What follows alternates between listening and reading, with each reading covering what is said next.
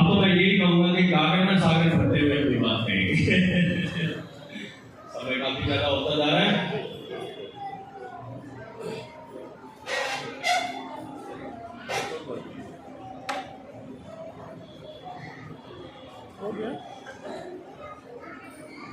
आप सबको नमो भाई रजत भाई का जो वक्तव्य है वो सुनना बहुत जरूरी था, क्योंकि जो ये लड़ाई है, आप और मैं कई बार बहुत कंफर्ट जोन में होते हैं।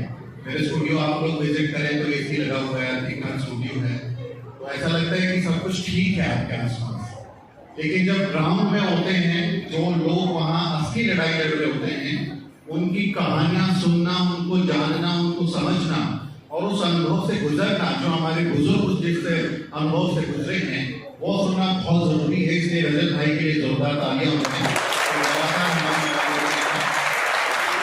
मेरे पास समय की कमी है, तो मैं आज ही, क्योंकि अशोक विजयदशमी है, धम्म विजय दिवस है, तो धम्म के बारे में और तथागत बुद्ध के बारे में छोटी छोटी दो कहानियां सुनाऊंगा। मुश्किल से 5 मिनट का वक्त मिलूंगा। ये कहानी इसलिए मैं सुना रहा हूँ क्योंकि अक्सर आप देखते हैं हमारे लोगों को ये बता दिया जाता है कि धर्म जो है, हिंदू धर्म खतरे में है।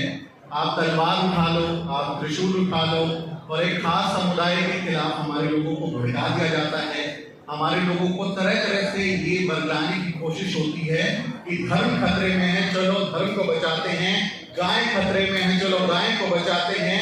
हिंदी खतरे में है, इसलिए अपने बच्चों को हिंदी में पढ़ाते हैं। ऐसी तमाम बातें हमारे साथ में, हमारे दिलों में, दिमाग में भर दी जाती हैं, जबकि उनके बच्चे मौज कर रहे होते हैं। तो एक कहानी है, एक सेठ जी जो हैं, एक बनिया सेठ, उनके पास में 1 करोड़ रुपए का कैश होता है, और वो 1 करोड़ रुपया लेके ट्रेन में बैठ के सफर कर रहे होते हैं। अब रात में चूंकि सफर कर रहे हैं, तो उनको डर था कि भाई उनका पैसा चोरी ना हो जाए, 1 करोड़ रुपया बड़ा अमाउंट है, चोरी ना हो जाए। तो वो एक कहानी बनाते हैं, और सारे जो पैसेंजर्स हैं ट्रेन में, उनके साथ जो बैठे हुए, उनको कहते हैं, भाई अभी रात में जो आगे इलाका आएगा ना, जिस इलाके से ये ट्रेन गुजरेगी, वहां डाकुओं का इलाका है। हो सकता है वो ट्रेन में चढ़ जाएं, आपका पैसा छीन ले, आपको मार दें, आपके हीरे जवाहरात जो आपके पास में जेवर हैं वो सब लूट ले। इसलिए सोना मत, जागते रहना, रात भर आप जागते रहना। अब ट्रेन में जो सामान्य जो यात्री हैं, उनके पास, किसी के पास 2000 रुपया, किसी के पास 5000 रुपया, किसी के पास छोटी मोटी चेन या अंगूठी, बहुत कम उनके पास संपत्ति होती है। ट्रेन में इतना लेके कौन चलता है। अब क्या हुआ कि सेठ जी जो हैं पूरी रात आराम से सो गए, और जो ट्रेन के बाकी यात्री थे पूरी रात जागते रहे कि किसी का मंगलसूत्र ना चला जाए, किसी की अंगूठी ना चली जाए। पूरी रात जाग के वो पहरा देते रहे, और सेठ मजे की नींद सोया, और सुबह अपने 1 करोड़ रुपए उठा के अपने स्टेशन पर उतर गया।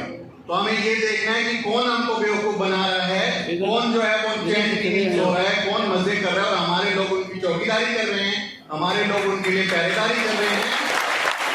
हमको ये चीज समझने की बहुत जरूरत है कि हम इस बात का एहसास करें कि इनके चक्रों में नहीं फंसना है। हिंदू धर्म खतरे में, तो जिनके लिए खतरे में उसको करें।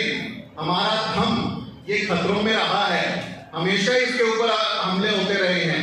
हमारे जितने बुद्ध विहार मिले हैं, जितने स्मारक मिले हैं, कोई भी जमीन के ऊपर नहीं मिला, सब जमीन के नीचे मिले, सब जमीन में गाड़ दिए गए थे। मैं प्रधानमंत्री नरेंद्र मोदी के गांव गया, वडनगर में, जब गुजरात में इलेक्शन थे। उनके गांव में एक बहुत बड़ा बुद्ध विहार जमीन के नीचे मिला है, और कहते हैं कि वहां ऐसे 10 बुद्ध विहार है, लेकिन खुदाई सिर्फ एक की हुई, और दूसरा अभी आधा खोदा गया है। जो 84 फीट जमीन में खोदते खोदते नीचे चले गए, तब भी वो बुद्ध विहार निकलता गया। पानी निकल आया तो उन्होंने खुदाई बंद कर दी। ये प्रधानमंत्री नरेंद्र मोदी के गांव की बात है। और उस जो बुद्ध विहार है, जो मिला है, उसके बगल में आप देखेंगे तो बहुत बड़ा एक तालाब है, बहुत बड़ा एक तालाब खोदा गया है।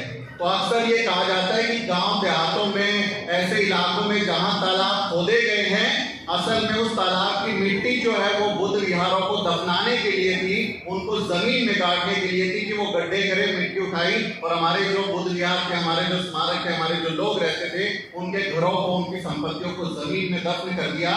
और इस तरह से आप देखेंगे बड़े बड़े आपको तालाब, जोहड़ इस तरह के इलाकों में मिलते हैं। तो इस तरह का हमारा इतिहास रहा है। इसलिए हमें ये कोशिश करनी है कि हमारा धर्म, बाबा साहब डॉक्टर अम्बेडकर की शिक्षाएं, हमारी महापुरुषों और हमारी महामहिलाओं की शिक्षाएं, वो हम याद रखें और धर्म के पीछे ना भागे। हमारी जो यात्रा है वो विचार, ये जीने का तरीका है। तथागत बुद्ध कहते हैं कि आपको जिंदगी कैसे जीनी है, आपको किस तरह से समरसता के साथ, समानता के साथ, न्याय मैत्रीशील के साथ काम करना है, उसका मैं तरीका बताता हूँ। बुद्ध ये नहीं कहते कि मैं मुक्ति दाता हूं, मैं आपको जन्नत में ले जाऊंगा, स्वर्ग में ले जाऊंगा। सब आप देखेंगे सारे धर्मों में ये बात बोली जाती है कि मैं परमपिता परमेश्वर, अहम ब्रह्मास्मि, मैं सबसे बड़ा देवता हूं, मेरे अलावा कोई पैगंबर नहीं। लेकिन तथागत कहते हैं मेरी बात को मत मानो, मैंने कह दिया इसलिए मत मानो, बल्कि उसमें अपना दिमाग लगाओ, तर्क लगाओ, और आपको लगता है कि वो बात सही है तो मानो।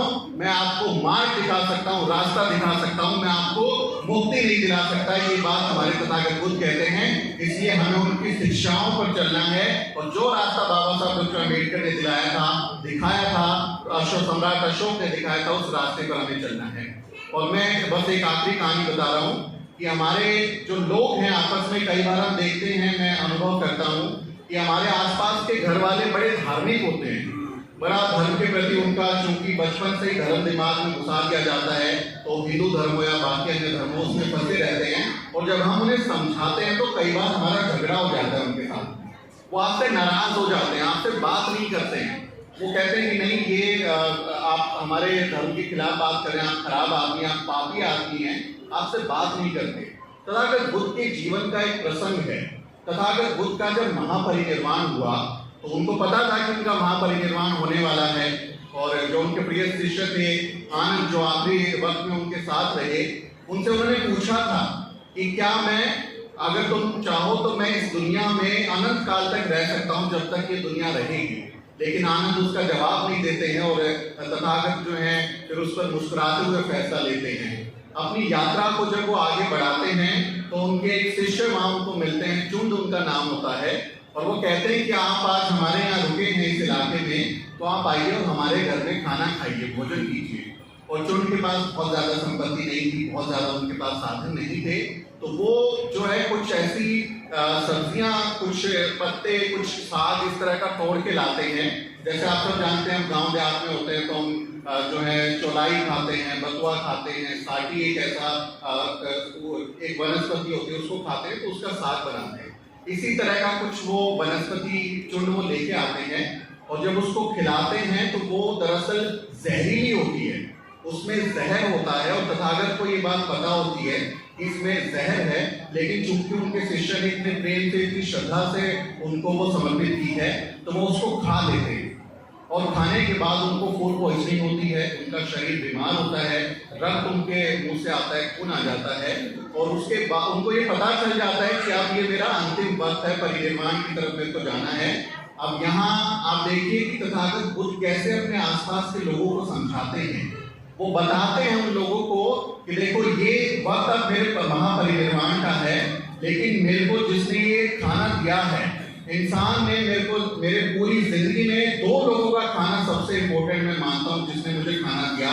एक सुजाता जिन्होंने खीर खिलाई, जब मैं आध्यात्मिक मार्ग पर चल रहा था और परेशान हो गया था, तो सुजाता ने खीर दी। और एक ये मेरा आखिरी खाना, मेरा लास्ट जो मील है जो मुझे चुंड ने दिया है, ये बहुत महान काम है, और मेरे जाने के बाद इसको तकलीफ मत पहुंचाना।